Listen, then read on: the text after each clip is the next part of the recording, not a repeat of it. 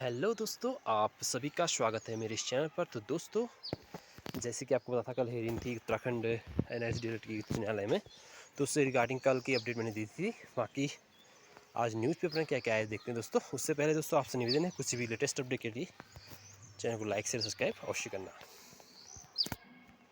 18 माह के DElEd diploma धारक को काउंसलिंग में शामिल कराएं।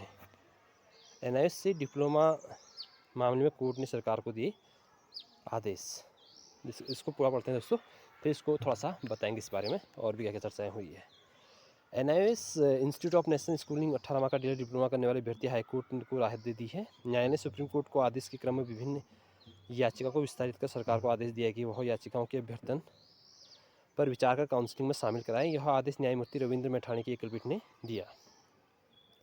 नैनीताल निवासी नंदन सिंह बोहरा व कई अन्य हाईकोर्ट याचिका दायर कहा था कि उन्हें एनआईएस मान्यता प्राप्त एनआईएस डीएलएड 18 माह का डीएलएड डिप्लोमा किया है।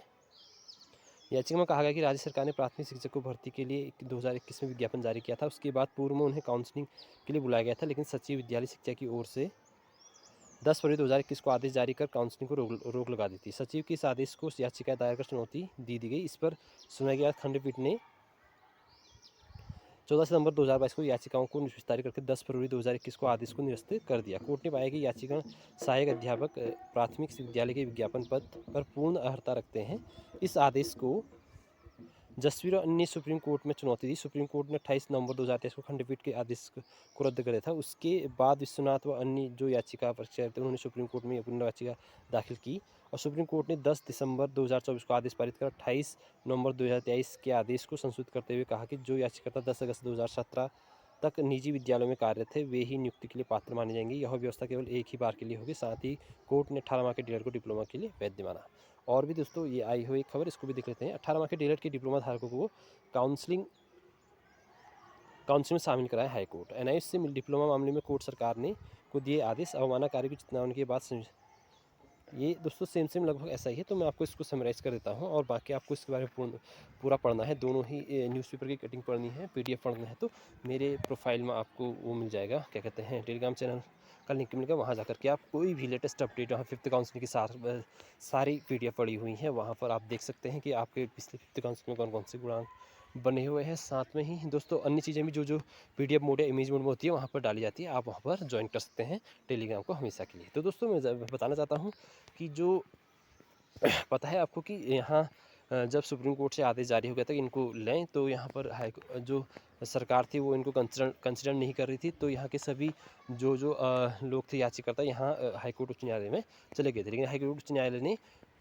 लेकिन उसमें से एक ग्रुप जो चले गया टीपी लेकर के, विश्वनाथ टीम वाली, तो वहाँ चली गई सुप्रीम कोर्ट में। तो सुप्रीम कोर्ट में हुआ क्या कि उन्होंने एक ही हेयरिंग में कह दिया कि इनको कंसिडर करो, लेकिन सेम केस था, सेम प्रॉब्लम थी। तो मैठाणी जी ने भी यहाँ पर जो अन्य पिटिशनर यहाँ रह गए थे उत्तराखंड उच्च न्यायालय में, तो उत्तराखंड उच्च न्यायालय ने क्या किया कि उन्होंने कहा कि ये भी सेम केस के हैं, तो इन्होंने भी मतलब वहाँ पर बात रखी एडवोकेट द्वारा के सेम केस है। एक कुछ अभ्यर्थी वहाँ चले गए हैं, क्या कहते हैं, सुप्रीम कोर्ट में, तो हम भी इसी के क्या हैं बेनिफिट चाहते हैं। तो मैठाणी ने इस पर शब्दों में कहा था कि ये वास्तव में सेम केस है, तो इसको क्या करें, इनको भी कंसिडर करें। तो सारे पिटिशनर, अगर देखो पहले तो दोस्तों बताना चाहता हूँ कि कल भी लोग थोड़ा सा कंफ्यूज हो रहे थे कि यह मैटर जो है सिर्फ मतलब मेरे वीडियो का कहने का मतलब यही है सिर्फ कि जो मैटर है वो उसके लिए है पिटिशन के नहीं। ये आपने पूरी वीडियो देखते तो समझ में आता। मैंने ये कहा था कि अगर क्या कहते हैं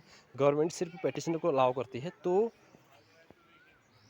वो जो टीपी के लिए 239 लोग गए हुए थे वहाँ, सिर्फ उन्हीं को नहीं लिया जाएगा, बल्कि जितने भी गवर्नमेंट में क्या कहते हैं यहाँ उत्तराखंड उच्च न्यायालय में पिटिशनर बने हुए हैं उनको भी अब सरकार को कंसिडर करना पड़ेगा आवश्यक रूप से। साथ में ही यानी कि लगभग 500-600 के बीच में यहाँ पर टोटल पिटिशनर है, तो उन सभी लोगों को अलाउ करना पड़ेगा अगर सिर्फ पिटिशनर को अलाउ करते हैं। यानी कि कहने का मतलब स्पष्ट रूप में था कि सिर्फ 239 को नहीं अलाउ किया जाएगा, बल्कि सारे पिटिशनर को अलाउ किया जाएगा जो कि उत्तराखंड उच्च न्यायालय में यहाँ पर याचिका है। साथ में दोस्तों मैं आपसे बताता हूँ कि ऑर्डर पूर्णतः जनरल था सुप्रीम कोर्ट का, और जनरल ही यहाँ पर गवर्नमेंट ने माना है।